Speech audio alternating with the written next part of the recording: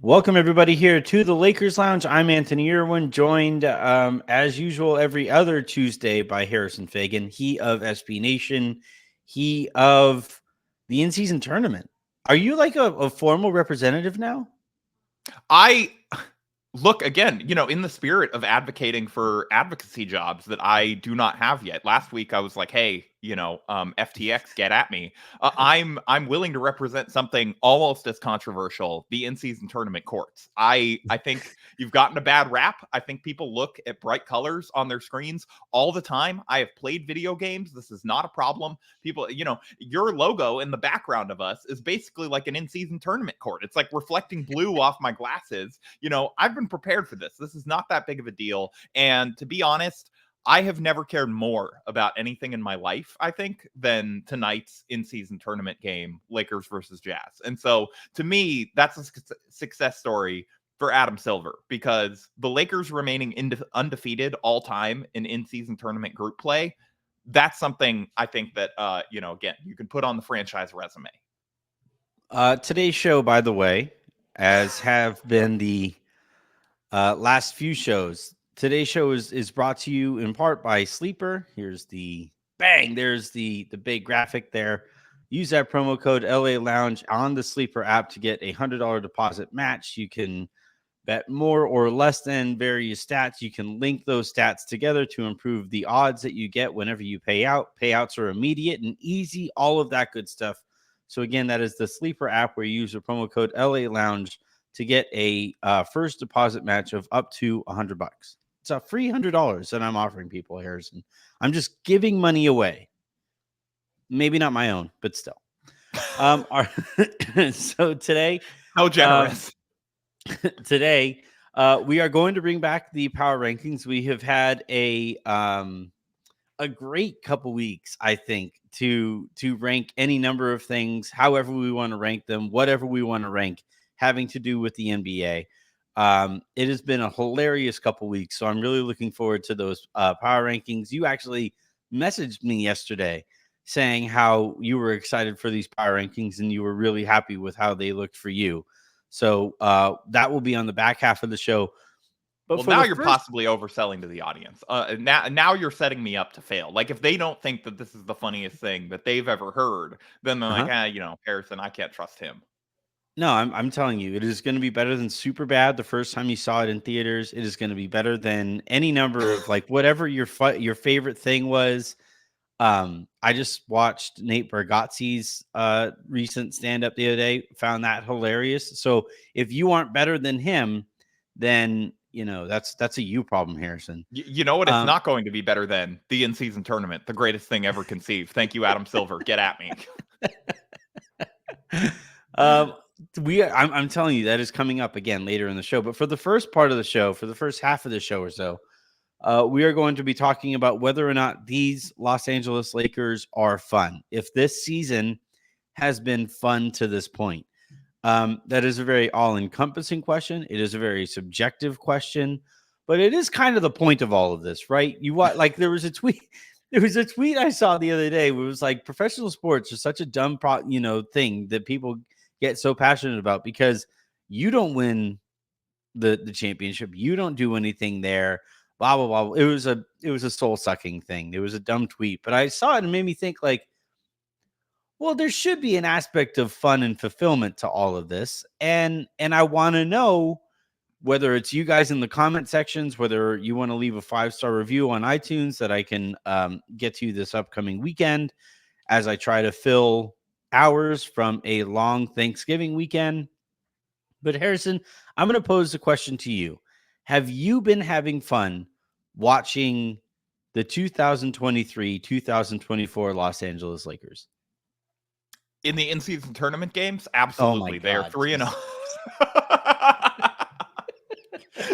They're 3-0 so far in IST play. Again, you cannot that is spell legitimately hilarious, right? Yeah. No, Like you it's can't. They actually had a story about this on Silver Screen and Roll today about how the Lakers, every single time the in-season tournament has been brought up, they've been talking about the $500,000 bonus that they get. So Mhm. that is again LeBron's influence seeping out to the rest of the team. You can't spell greatest without ist. This is something that is, I think, important to point out. Not the way I spell it. Okay. And I was gonna say, aren't you an editor? yeah, not the way I it's actually Greatist. That's Are you that's the rebrand demanding that I'm that doing. everybody spell greatest that way That's with the SB your Nation style guide now. I'm editorial implementing it. duties? Yeah. Email going out today. But so it's I've been having fun during those games because it has been hilarious how much they care about those games versus, like, I thought that last week was a great example. You watch them, Tuesday to, secure another IST game, and then you watch them on the second night of that back to back and how hard they were playing defensively and things like that.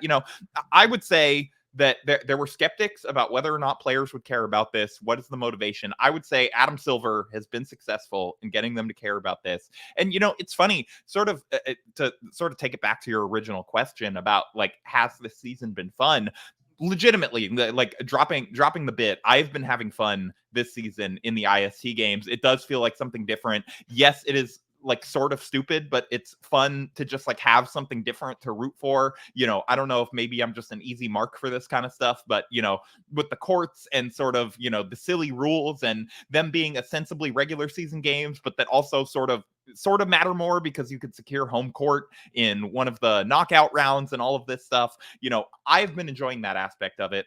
The Lakers specifically have been, I think, a very frustrating team to watch night to night. And it's kind of funny to think about it like that because, Anthony, do you know what the Lakers' record is over the last 6 games? Are they 4-2?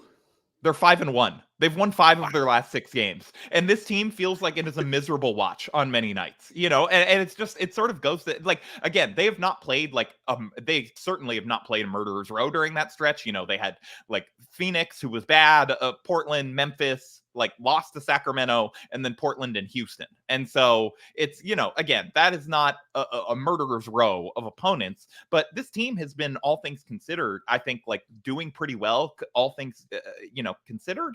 But it has been a frustrating, I think, night to night watch for a variety of reasons, in many ways, because, it still feels like the offense doesn't totally fit, what these guys are doing. It's been hard to watch some of the lineups. Like, I have been, the lineup where, again, I was very skeptical. I think I was one of the leading skeptics of the starting lineup change. And I'm like, Cam Reddish for Austin Reeves, like, this feels like a bad idea. And that has sort of worked, actually. And so I will give Darvin Ham credit on that. One thing that has not worked, though, and has sort of just spread the problem out to a different time of the game where the Lakers are playing, like, a really bad lineup, are the let Austin cook with no other offensive threats on the floor lineup, that they are running often at the end of Mhm. these first quarters.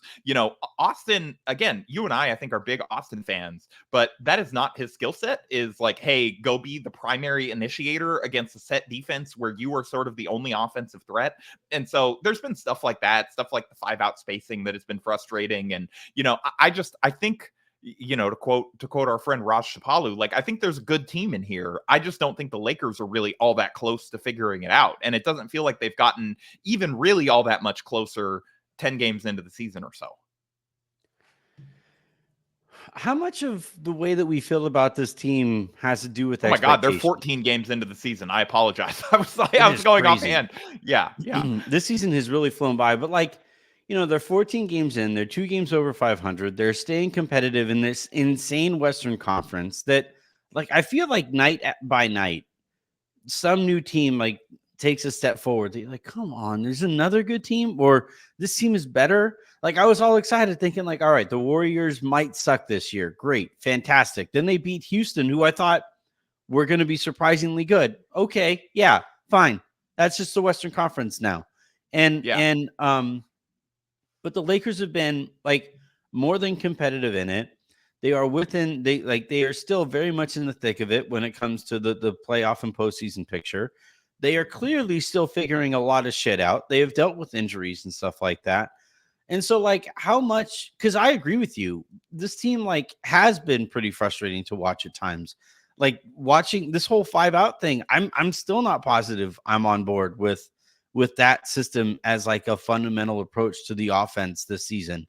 And every single, there was sort of the three big lineup thing that sort of was a weird quirk that worked in that one game, and it's like, oh my god, Yeah. this worked, and then they tried it again and it was terrible, and they've never gone back to it. So like, that's good that they haven't. And so, but the whole like, let's play Jackson Hayes and Christian Wood together, like, no, this is not when if you're gonna go the too big thing, it's got to be with AD as one of the bigs. This does not work. We cannot do the Christian Wood Jackson Hayes thing. It's a bad idea.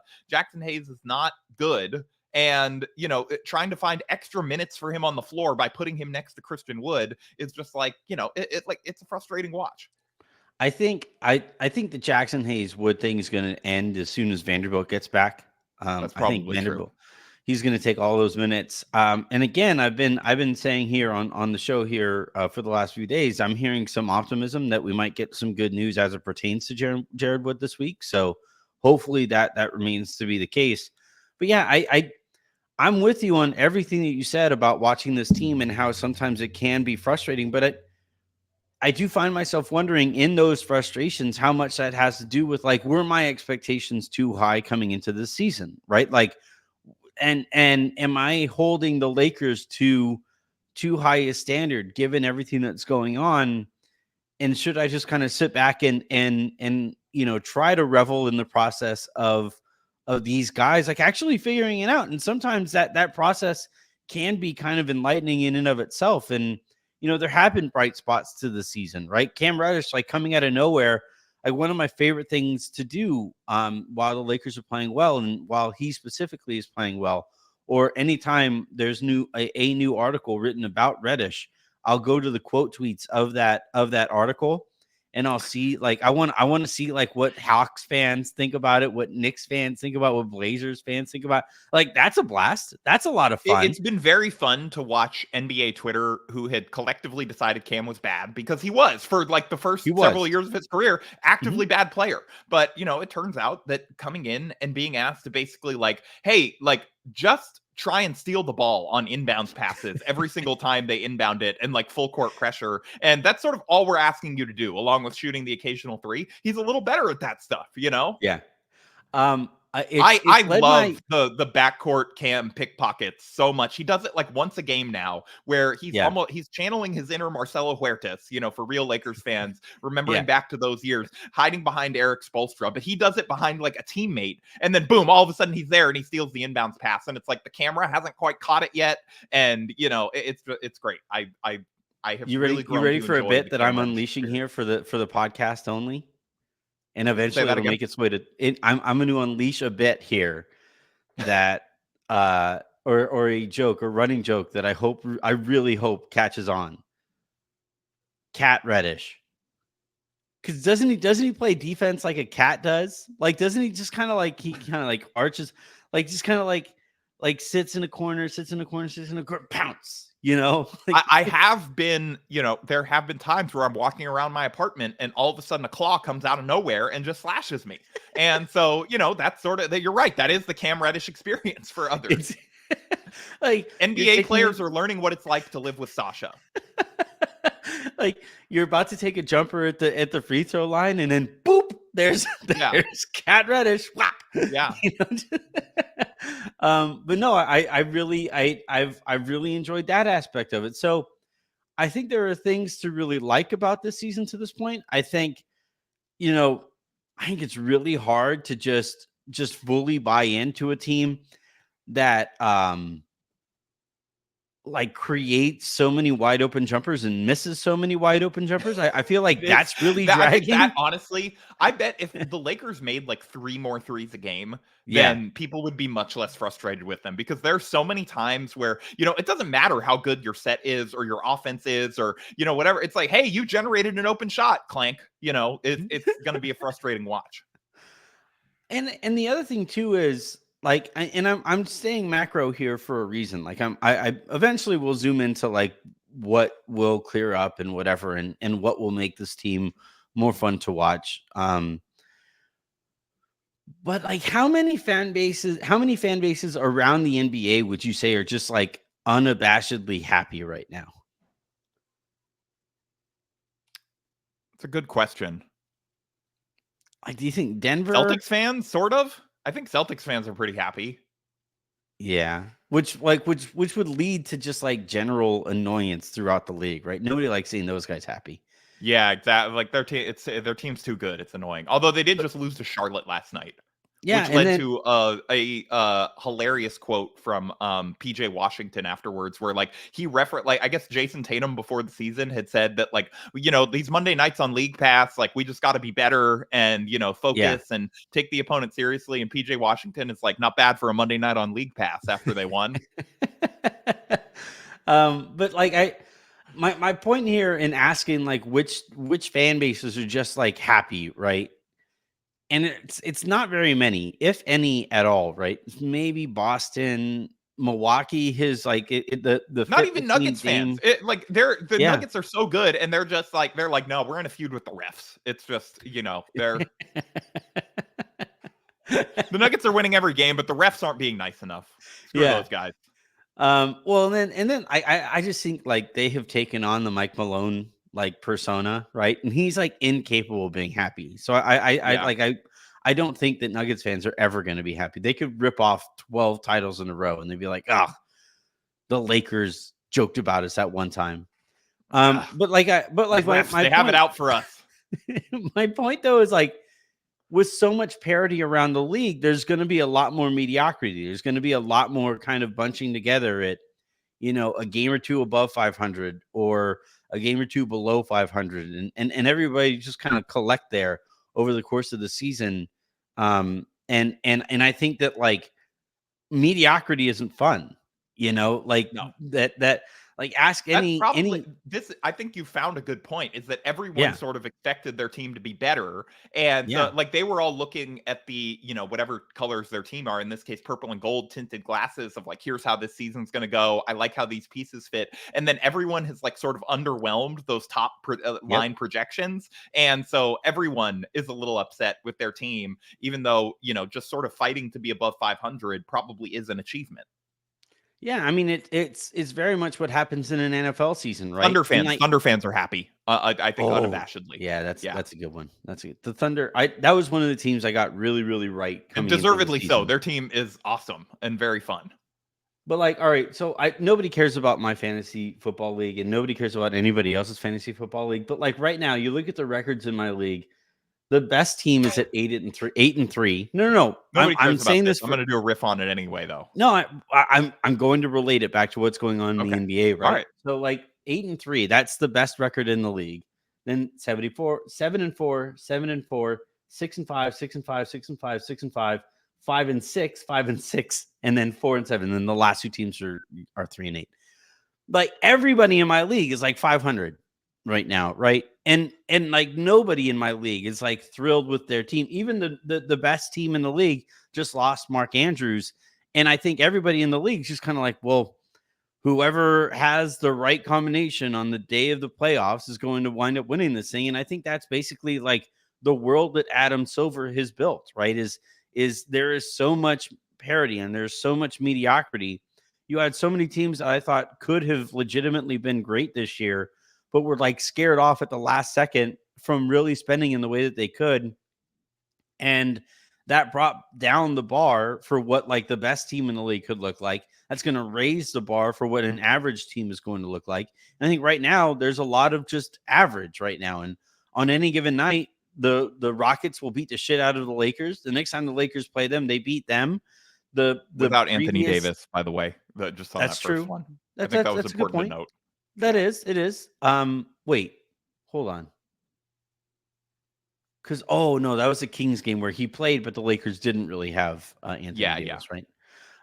But so and then same goes for like the Rockets and Warriors playing, right? Rockets beat the crap out of the Warriors, and the next time they play, the Warriors beat them, and I just think collectively around the NBA right now, and I think it's important to note this as it pertains to the Lakers specifically, is like yeah, we might be frustrated with this team, but fucking everybody is frustrated with their team right now. Other than It is a great point. yeah, and I think that's, by the way, that's just going to be like how the NBA operates from here, especially at the start of seasons where you're going to have so much player movement, you're going to have so many new systems being implemented, you're going to have so much, teams that like were very cognizant of the cap, and in the Lakers case, like tried to hard cap themselves so that they can maybe avoid paying luxury taxes this year. Um, like you're gonna have so much like mediocrity and parity going on that like this is just how the things are going to go, and I think we kind of have to scale back our expectations even for the next few weeks. We still haven't seen Gabe Vincent really play for this team. Like the few games that we saw him, he was still clearly Are we figuring going things to? out, and then he got hurt. I don't know. I honestly I Freudian slipped yesterday Every with single Raj. update on his injury sounds horrifying. They're Yeah. like, yeah, it's sort of like bone swelling. I'm like, that doesn't sound. No, it's not sort of like. Yeah, That's what it is. I could bring like Jen in here right bones now. aren't supposed to do that. I don't think, right? Like, No. It's like I said, I said it to Raj yesterday, and Jen was sitting next to me when I did All Access Lakers the other day, and I asked her like, "Hey, what's a bone effusion?" She's like, "Oh God, who has that?" I was like, "Oh, shit." yeah, But so like the Heat need to be investigated. This is unbelievable. Twice this has happened. Yeah. Although, in fairness, like, if the Lakers are able to turn Gabe Vincent into a Rui type player again, Tui, the sequel. Too fast, too furious. Yeah.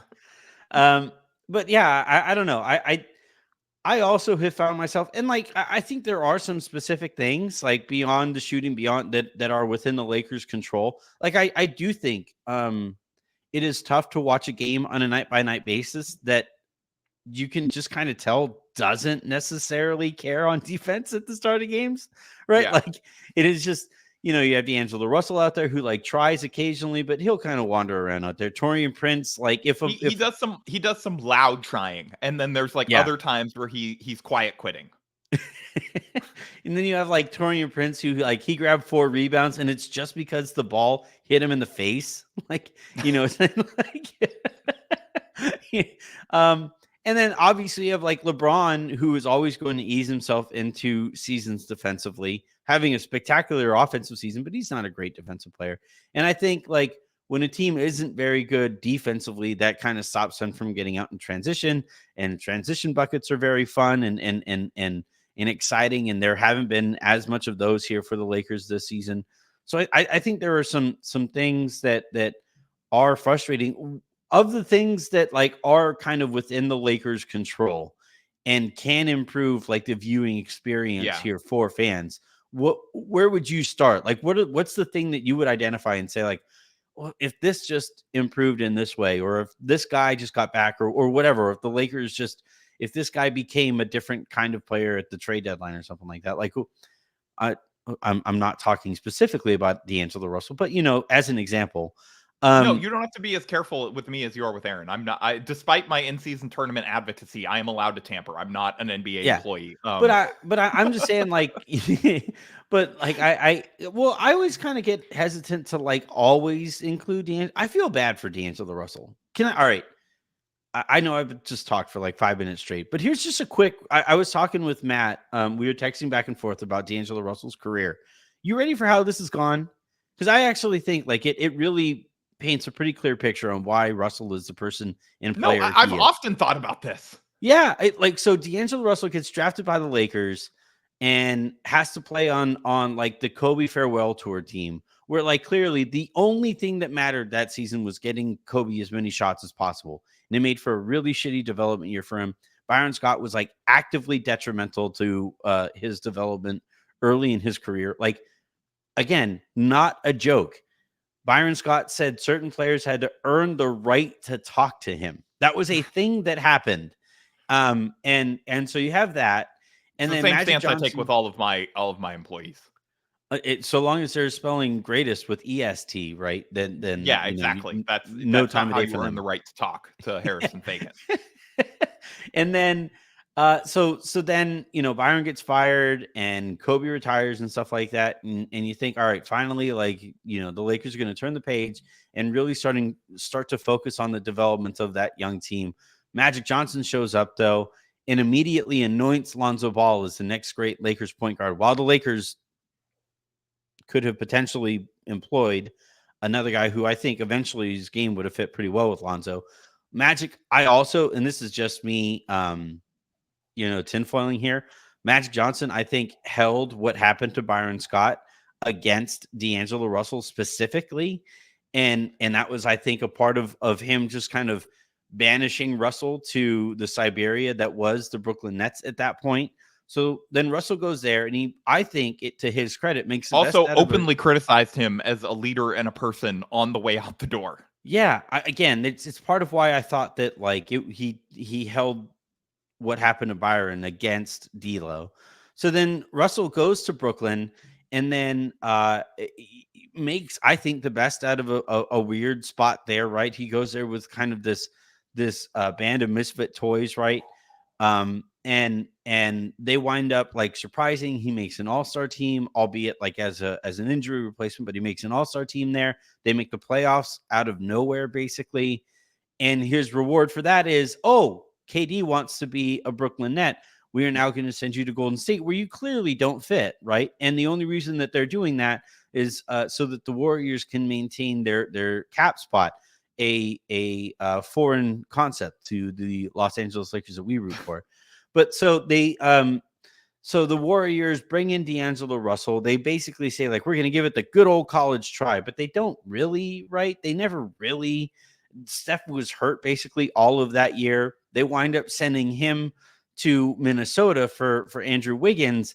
And in Minnesota, he plays next to one of his good buddies, Karl Anthony Towns. Both he and Towns, by the way, super immature at the time. They had a pushover coach. That doesn't go very well. And even still, like, even as they're trying to like figure that out, and I think they made the play-in with D'Lo, right?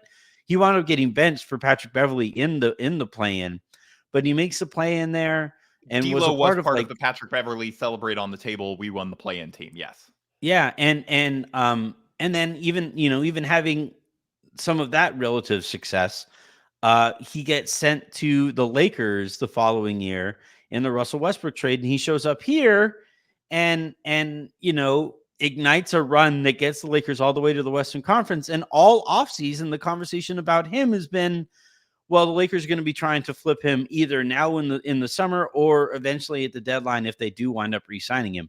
And it's just like when we talk about, maturation or development or players maybe not living up to draft day expectations and stuff like that, like, we have to take into account all of the bullshit that can take place over the course of his career. That was just one career, Harrison. He's been a human salary cap exception for It's like a been good insane. chunk of his career. Yeah. And that's why, like, now when and I find myself doing it too, like when I go on the trade machine and I think about the moves that the Lakers can make, and then based on, some knowledge of what the Lakers, I think, intent will be at the deadline, I do feel kind of bad that, like, once again, it's going to be D'Angelo Russell's name in these trade rumors. And like, I know that, in a perfect world, he would fully buy into what the Lakers are selling and fully buy into playing defense and not quite quitting on whenever he can possibly too. But I do like, think he's bought in more to playing defense this year. oh, I for will say. sure. For sure. But like, even, He and just has I some think bad habits, I think. right. But where would he have developed good habits? Yeah. Yeah. No, You know, 100%. and Yeah, I mean, here it's like, I don't want to leave him totally blameless because I think, like, keeping your head on a he's a part of it swivel too. and, yeah, yeah. Mhm. But, all of that context I think is fair for why, he has developed into the sort of player, that he has become and prioritize certain things over others. But, I guess, I don't know, back to your original question, I think I Sorry. sort of already I think I sort of already answered it earlier in the show anyway, that like I think a couple more threes going in would sort of make a Yeah. pretty big difference in how much enjoyment people are having watching this team. To some degree, just like not to be the Trevor Ariza is going to fix the whole thing guy, but like I think that the Lakers starting to get either Vando or Gabe Vincent or ideally both back would make a difference by having like more good players available to them, more defensive focused guys available to them, those kinds of things. But to some degree, like I think, I don't know, I just feel like this team is changing the offense to the 5-out thing. I think has sort of, it's been an adjustment process, I think, for a lot of guys, and I'm not sure that it has been really a positive thing for them. Now maybe it will end up being a positive thing as they sort of pick it up and start to get better and all these habits start to become second nature. But I mean, it just right now it has not worked. And then basically defensively you're asking Anthony Davis to just sort of do everything. And, I think that sometimes it can be a frustrating watch in that respect. Well, he's hurt too.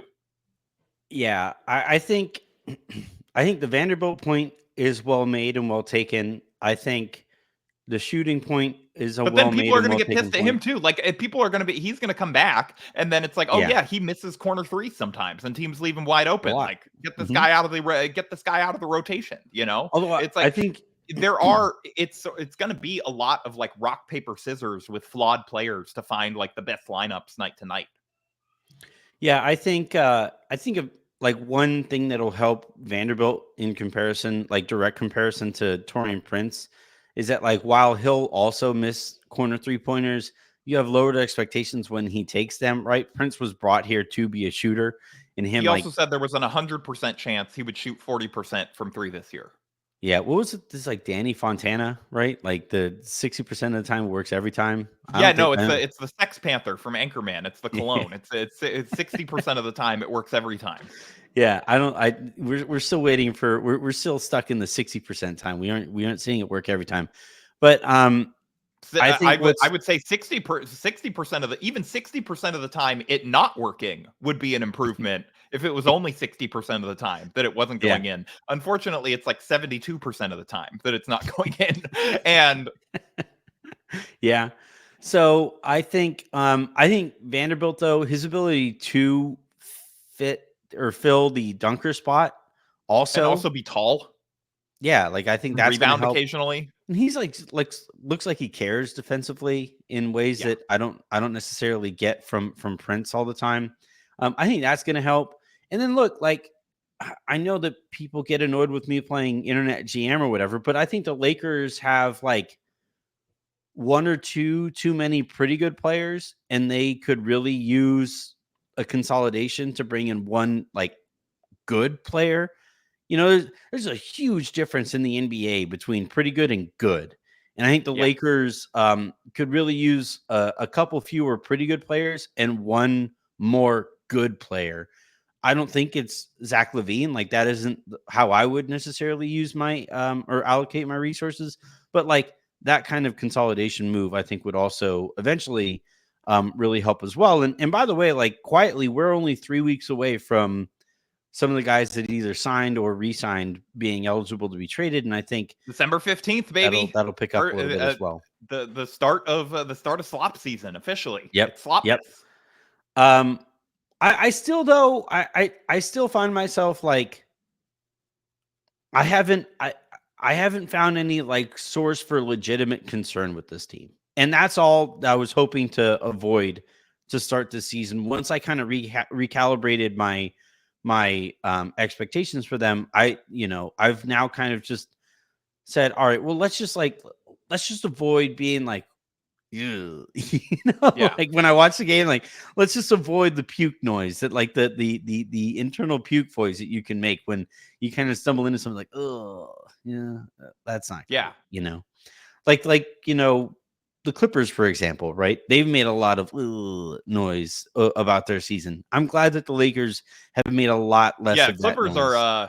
Yeah, I mean, even they kicked the crap out of San Antonio last night because San Antonio is not a serious NBA team at this point. No. I And keep on seeing like various terms for experiment with San Antonio. It's like they're experimenting with Sohan playing point guard, and they're yeah, no, they are experimenting with directly tanking, Wembanyama. but because they're the Spurs, everyone's like, it's an experiment, and like maybe it will be good for his player development to play that. But he's even given quotes in the local media outlets where he's like, "Yeah, I don't feel comfortable. Like, I don't feel like I can do this." And And everybody's like, Pop is such a genius. It's an experiment. it would be They're like if the Lakers were experimenting. like, "We're gonna have Jared Vanderbilt play point guard." I don't think it'd be called an experiment. Yeah, I think we sort of have a hypothesis about how that experiment would go. um, I'm glad that you mentioned or that we got to the Clippers. They are a part of my power rankings. This is a bi-weekly segment that we do here when Harrison makes his appearances.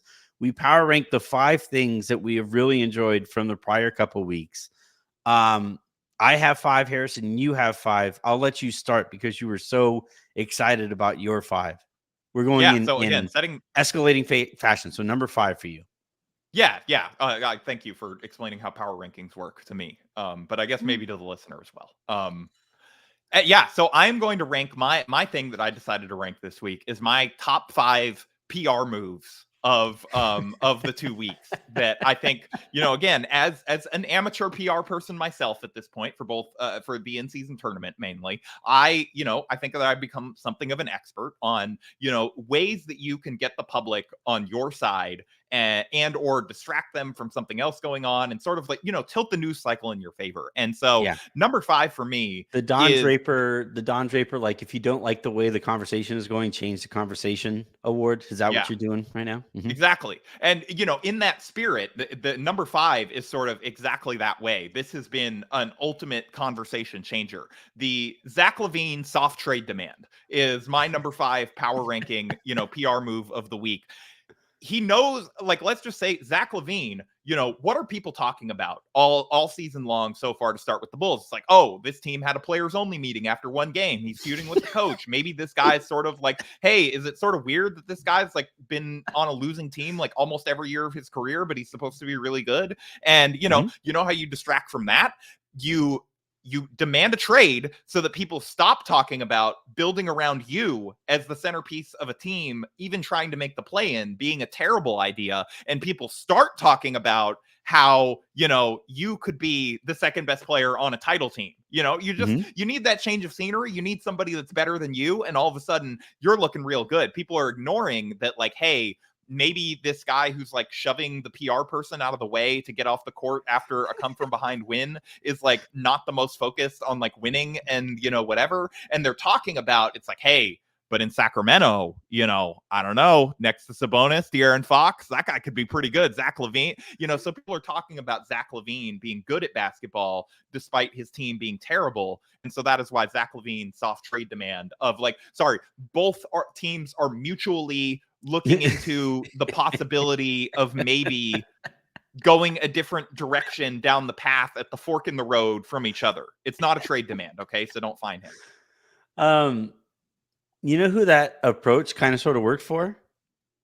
And we look at it very differently because like of the amount of respect for that player versus Zach LaVine. I don't Damian know. Lillard, right? Oh, yeah. Like Hey, Damian Lillard like don't quietly. get me started on it. You're gonna get the internet after me again if I start firing off takes about the way Dame manages his image. Dame surprisingly did not make. He hasn't done any PR moves that made the top 5 yet. But I look forward to it if the Bucks continue to underperform. Sort of Mhm. what his PR move is going to be in the future.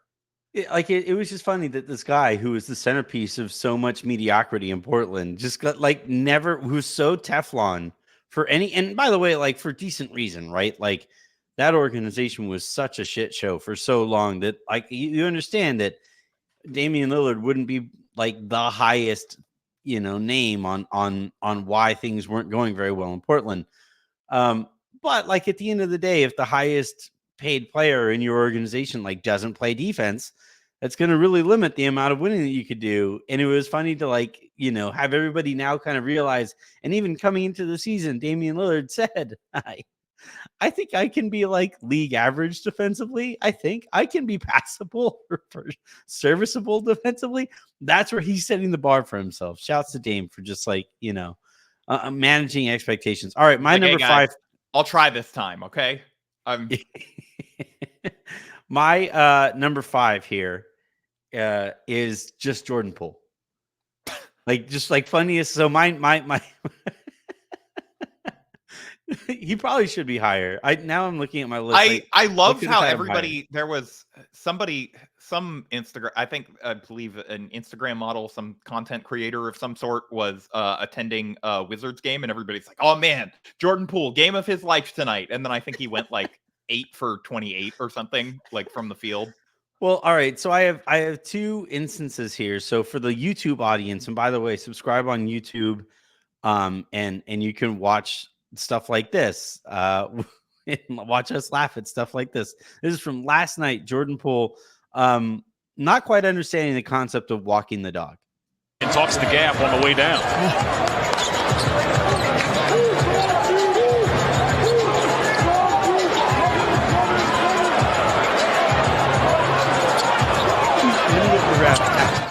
Why is the clock running? So, for those who don't know, walking the dog in the NBA is a practice of rolling the ball up the basketball court. And until you touch the ball, the shot clock doesn't start, but the game clock does. So what you want to do is like turn a 24-second possession into upwards of like a 34-second possession. And if you do that enough while you're up, you can really limit the number of possessions that the other team has to come back against you. Problem in this case was that Jordan Poole was down 10 points. So he ran a free 10 seconds off the clock for the Milwaukee Bucks. And then got pissed at the referee. He was like, why isn't the shot clock running? Wait, why is the game clock running? And he just has no idea of how any of that works, which was just perfect. And it was only, by the way, passed up in the last couple weeks by this huddle that he kind of sort of did not participate in.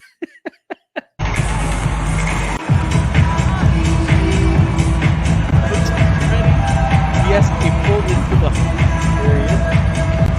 Hey, it's my team. I got this. I love that somebody counted the amount of towels during this. And at the very end, he had missed the play that was drawn up. He looks back. Oh, you erased it already. And then I looked for the clip of the play where he had no idea what was going on out there and kind of screwed up the final play as well because he didn't pay any attention in that huddle. So Jordan Poole is my number 5 nominee here for just funniest things from the last couple weeks. Yeah, I'm just glad that, as he told our friend Jake Fisher, that he has his own team now and can sort of flourish. My number 4 PR move of the week. I think it's important to preface this, that Anthony, like, even as someone who is advocating for some like lame causes, some like I'm willing to do PR work for people when they're in a jam or whatever, but I have some ethics. So I think it's important to preface this, like, I don't want to advocate for violence of any kind. Okay. But Draymond Green choking Rudy Gobert, I think, great PR move, because now, look, the talk is about like, oh, Draymond, he's so valuable. Like he's going to be out 5 games. What are the Warriors going to do without him? Instead of him continuing to hilariously fail with Steph out while injured. And they're just talking about like how much the Warriors miss Draymond, instead of like, photoshopping backpacks onto him as he misses, like 8 threes in a game while Steph is not out there. And, like you got like people are looking up the set. Like, this is a smart man who knows how to change the conversation. And, you look up, I think Tom Haberstroh looked up the stats, and it was like 10% of games that Draymond has, or like, it's like over half the games Draymond has been ejected in, it's like Steph is not playing or something like that. He like, because Rudy Gobert like made that criticism of Draymond, that like we all knew that once Steph wasn't playing or something like that, we knew that Draymond was going to do something to get himself thrown out, and it was like laughed at as just shitty shit talking from Rudy Gobert, and Tom Hammerstro actually looked it up. Of 11 ejections to this point in his career, 7 of them have occurred when Steph Curry were not playing. Per Rudy Gobert stats and info. So yeah, I think that was Tom Hammerstro for the Finder on Substack. Yeah, he's he's changed the game. He's changed the conversation here. And so I got to give Draymond Green credit from an image management perspective. Like, it's not like people are going to think you're like more of a shithead who just starts fights for no reason. Like that image is sort of on there already. Now people aren't going to be talking about your shooting percentage over the next 5 games while Steph is out. So I think, again, with credit to Draymond controlling the conversation there. So Draymond choking Gobert was number 1 on my list. So I'm just going to go ahead and riff a little bit on that, because there were some parts of it that I just found hilarious and haven't been brought up enough. So for one thing, there are all the images of Draymond having Rudy Gobert in the chokehold, right? And all of those images are those like rare pictures that you could actually hear, right? Yeah. Like I just love that. Like I can actually hear Rudy Gobert like,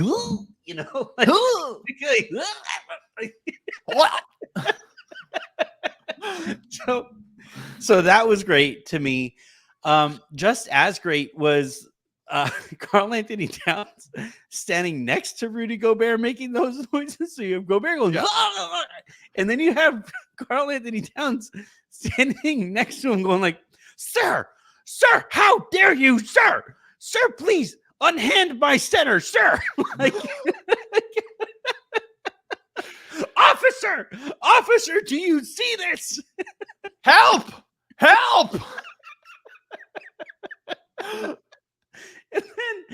And then like the cherry on top was Steve Kerr having a perfect vantage point for all of this go on. While it's happening, you can clearly hear him say, "Holy shit, stop Draymond." Yes. Draymond, let him go. Shit, stop Draymond. No. For the love of God. Unhand the baguette. He's trying to remember like the Winter Soldier pass phrase for Draymond to like deactivate him. And then afterward, Steve Kerr has the gall to stand up there in the press conference and be like, well, we just thought he was being peacemaker. He was breaking things up. No, and then he's like, I don't know. I didn't really see it. My assistant coaches sort of told me after the game, And he's like, what are you going to do if you're Steve Kerr? Like, are the reporters going to hold up video of him clearly screaming at Draymond to stop and standing right there? He's just, I don't know. I didn't really see it. And like 2 days later, he had time to watch the YouTube video, and he's like, yeah, I think he crossed the line. maybe, just maybe. Yeah. And I know other people have made this point or whatever, but you had that back and forth, right? Where, tweets were made and subtweets were made going back and forth between Rudy Gobert and Draymond Green. And it was just so amazing that as soon as like any fight broke out, Draymond makes a beeline. He has Rudy been Gobert. waiting for this moment for years.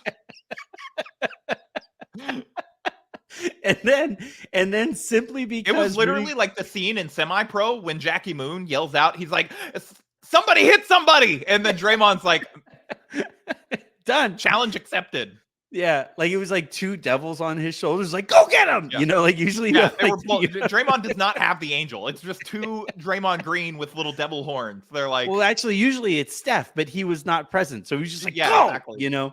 And then just because for like way too many people, Rudy Gobert represents the beginning of COVID, everybody was like, well, Draymond made points. Yeah. I saw somebody say they're like me if I got to go back in time to 2020 and they told me to stop COVID. Yeah, I grabbed the image of it and I was like, every single person to Rudy Gobert in March of 2020. Yeah. All right. Well, that was my number 1. So it is now your third one. Yeah, so I think number 3 PR move of the week. I got to give it to myself. Talking up the in-season tournament so much, I think has been a great PR move for me. That way when the Lakers win it and then they miss the playoffs because they wore themselves down so much trying to win this $500,000 bonus, like everyone is still going to see it as really impressive because of how much I've talked about, how this is the only thing that matters. So I'm giving myself number 3 PR move of the week. I'm glad that you mentioned this because my fourth one, now that I'm going out of order here, is your midseason tournament bet. I'm convinced it's a bet. Every time I see anybody complimenting it and getting excited about this midseason tournament, I'm convinced it's a bet. Like I joked with Raj yesterday on the show that if Ja Morant had just complimented the midseason tournament while he was holding up the gun in his IG live thing, that he wouldn't have been suspended because all that matters apparently. Not to make jokes about this, but if he had held it up and he had been like, "This is how serious I am about," so Draymond can do a whole commercial with Michael Imperioli and talk about stealing the cup and committing crimes and breaking in. But if Ja just holds up a gun on his friend's Instagram live, he's suspended 25 games. Unbelievable. Yeah, I think. But your footage commitment to of this Trae bit, Young and who DeMar DeRozan physically fighting in an elevator. Where are you, Adam Silver? Suspend them. But yeah, the courts are stupid. The name of it is ridiculous. How they didn't find a sponsor to have the name of it so that it would just be baked into the name of it. It's going to be the Apple TV midseason cup. They're sure, but like, how did you not have that figured out beforehand? How do you not have any kind of willing to sponsor it? Adam Silver, get at me. I will make it the Lakers Lounge midseason tournament. What do you think? The Harrison Fagan in-season tournament, Harrison Fagan Memorial. I'm willing to die for the cup. You might. It might be beyond your control. And yeah, I just I think there are ways that they could have done this, but that I would have bought further into. Like I hate the shuffleboard NBA courts. I can't stand them. They look like something I've played at a bar. I'm fine with all the ones that aren't red. The primarily red ones are the only ones that bother me. But then, like, I don't know, because like you also have like the blue. I also think looks kind of funny. It looks like Boise. But then I wish that they would have found a way to get fans more bought into this, because like winning the tournament would have benefited their team, right? Yeah. Whether it's like an extra second. It's going to benefit their team, Anthony. Well, I just like the idea they're all getting $500K. It's going to benefit their team, But like the idea that like at do you this think time Jeannie where sent an email into the league asking if the owners also get that? No, she probably asked like, wait, so like technically this is a bonus. Can it be a write-off? Can I pay fewer luxury taxes? Like, do we get to? Does that count towards their salary? But like, I don't know. I think there were ways that they could have, like, the winner of this tournament gets a future draft pick or whatever. Like, teams lose second round draft picks all the time. So like, there's clearly room that you could like go out there and you can say like, this is the, and then you can like actually, they could have even done it because everybody, the counterpoint to that is always like, well, players aren't going to want that because they don't want to lose jobs. What if they made it like a draft pick in like 10 years? So the players are like, I'm not going to be here. What do I care? Yeah. Or I mean, even there though, like, are players really that concerned over? You can trade. You can trade back-to-back picks. You get to violate the Stepien rule if you win the that'd be fun. Tournament. That'd be like you get to. Then all the stars CBA are going rule. for it. They're like, you can't tell me that you can't put in draft picks anymore. I don't want to hear it. But yeah, I wish they would have done. LeBron averages 50 in elimination gameplay. Like given that they were like working on this concept for years, right? This has been in the works for years. It still feels like really thrown together. You have courts that are literally the wrong dimensions. Jaylen Brown, Jaylen Brown's always the slippery court, yeah. Although he's going to find something to blame for everything. He also is the head of the NBPA, so like they've got to advocate for their guys and like. Yeah. but like I just it is all felt. You know what it feels like, Harrison?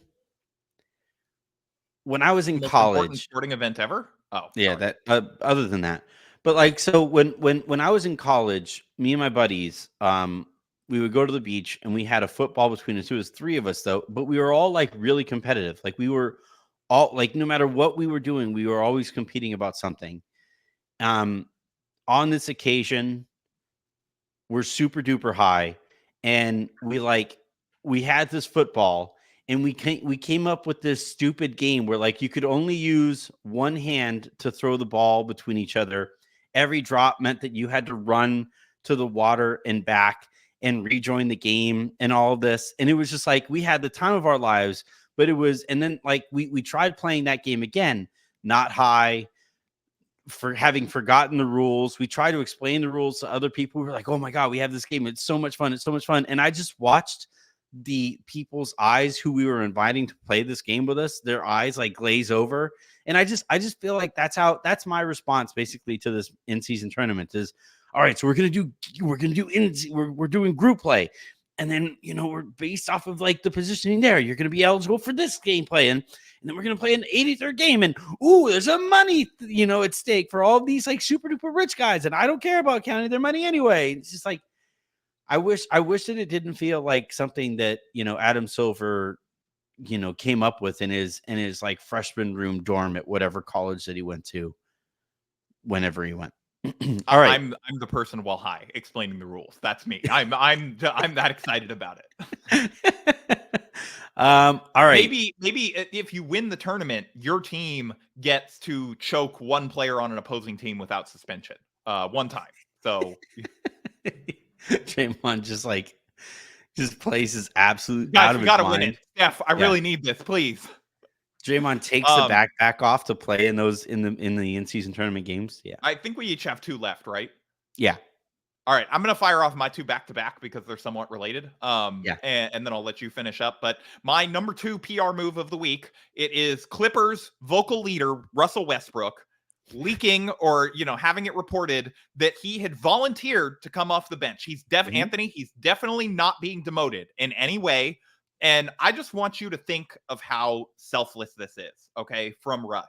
Not only is he giving up his starting spot for the good of the team, but this is a man who nearly had a career-ending back injury the first time that Frank Vogel had the audacity to sit him for the first 3 minutes of a game. Like this, it almost killed him. I don't know that we can overstate how dangerous it was the first time that Russ had to come off the bench. And Russ is willing to do that. Russ is willing to do that for the Clippers. That is like a Tony Stark at the end of Endgame level sacrifice, to go to the bench, to risk his entire life and limbs and back from going over there. He's credit to him. He figured out that, if you jump on the exercise bike, maybe you could be a little looser when you come in. So, he is doing everything he can for the good of the team. And so that is my number 2 PR move of the week. I just thought it was great. The Clippers actually was like literally I just wrote the Clippers because there were all those great feelings. James Harden hits that game winner against the Rockets, right? Kawhi actually shows some emotion after James Harden hits that shot. Yeah, and then James Russell gets Westbrook revenge on Ime Udoka for getting rid of his contract offer from the Rockets. But you're thinking like, all right, finally, the Clippers have turned a corner. They're all bought into this. Vocal leader Russell Westbrook surely is going to sing the praises to the high heavens after the game for James Harden making that shot or whatever. Nope, he dips, does not talk to the press, and there go the positive vibes immediately. Well, no, Anthony, hold on. Now they beat the Spurs yesterday, so 2-game winning streak in the real LA. Hashtag Street Lakes over Spotlights. It's going to stay in the same place for my number 1 PR move of the week. It is actually, you just mentioned it. It's Russ not talking to the media after a win where he sat down the stretch after first, again, like graciously it was his idea to come off the bench. Anthony, this is how you don't make it about yourself, okay? He wasn't going to talk about how great of a decision that he made in coaching the team and deciding to come off the bench and definitely not being demoted in any way and just doing what was best for the team. he's there. He's not there to talk to the media. He's not there to talk about himself. No. He just wanted it to be all about the Clippers and all about them. And rather than express that gratitude, he just, decided to leave so that everyone else could. He's there. He's not there again, just not there to talk about himself. He's there to do two things: sit on the bench to start the game and sit on the bench to end the game. He's not there to talk to the media. It's just those two. Yeah. It was just such a perfect Westbrook thing. It was just so perfect, and it was such he's a making perfect, sure that they don't put in the newspaper that he got mad. Okay. So don't put in the newspaper that he was mad. He didn't talk to you. But it was also so perfect that it was such a perfect statement about journalism as it exists today that Haynes breathlessly goes out there and says, vocal leader Russell Westbrook approached Tyronn Lue with this idea to hopefully unlock James Harden and let the Clippers take their next step forward. And even after it's successful, Russell Westbrook's like, I can't commit to this bit. That was bullshit. Yeah. I don't want to do this anymore. He's like, if they try to ask me about this, I'm gonna get mad. Yeah. And then there was a report, I believe, from Law Murray, right? Of The Athletic, who's like, yeah, the idea in bringing in James Harden is to essentially replace Russell Westbrook if this doesn't go very well. And it's like, that's a cool thing to leak. Yeah. All right. My I got last news. one. It's going great. Okay. Yeah. He volunteered to go to the bench, and he just doesn't want to make it about himself. That's why he left. He's not mad. My last one here, before we get you out of here, is the Knicks suing the Raptors. I find everything about this hilarious. It's so good. It's like an ABA storyline. I forgot. I should have. This should have been an entrant. It's so good. Suing them for $10 million, and then claiming that Adam Silver can't arbitrate the case because they found a quote where he talked about that he respects the Raptors owner. And I love that the implication is they're like, yeah, he's never given any quotes that he respects James Dolan, so how can he be impartial in this? Not realizing that it's nobody has ever said that about James Dolan. Yeah. They're like, we looked in every interview Adam Silver has ever given. He's never said anything positive about James Dolan. So how can this be? Nobody has ever said anything positive about James Dolan. What is Except going for the on? Sphere. People were like, this is really cool. And then they realize it's owned by him. And it's like, oh no, this place sucks. and then 3 weeks later, it turns out it's bankrupt. Yeah.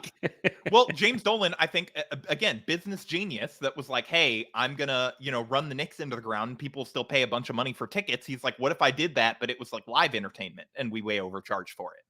Yeah. Yeah. All right, that was fun. I love these power rankings. I love the lawsuit so much. Every single detail is incredible that comes out. They're like, yeah, he basically took synergy data that pretty much every team pays for and can log in. He was exporting his laptop files pretty much, and it's do you think that's how James Dolan found out about synergy? What synergy is? Yeah, he's just he's also, why are we paying for this? We don't need it. Just steal it from other teams. Harrison, this is fun as always. These power rankings is legitimately what I look forward to when I do these shows with you more than anything. Now we're just gonna launch a power rankings podcast. That's what it's gonna be. Yeah. Yes. All right. That is going to do it here for this episode of the Lakers Lounge. For those of you who are listening, right as it releases, we have the Lakers game tonight as they take on the Utah Jazz. I will be on All Access. Lakers have a chance to go undefeated in group play for #the Cup. Okay, so again, tweet #the Cup. I'm going to kick you when we got to get the these cup. in-season tournament engagement numbers. If they beat Utah, they clinch their group and home court advantage in the first round of the elimination round of the in-season tournament. This is really important, guys. We got Phil Handy needs a vacation house. Okay, you got to root for this. So we have the game tonight that I will be on All Access Lakers for, and then I will be live right afterward on the lowdown to recap it and recap the group play, which, as Harrison said, wraps up tonight for the Lakers. The most important thing, wraps up for the Lakers. I think it's still going on for another week for you peasant teams that aren't undefeated so far. Yeah, exactly. #the cup, #get Phil Handy a beach house. Let's go. We're making it happen. We'll talk to you guys in a few hours. It's such a terrible, awesome bit.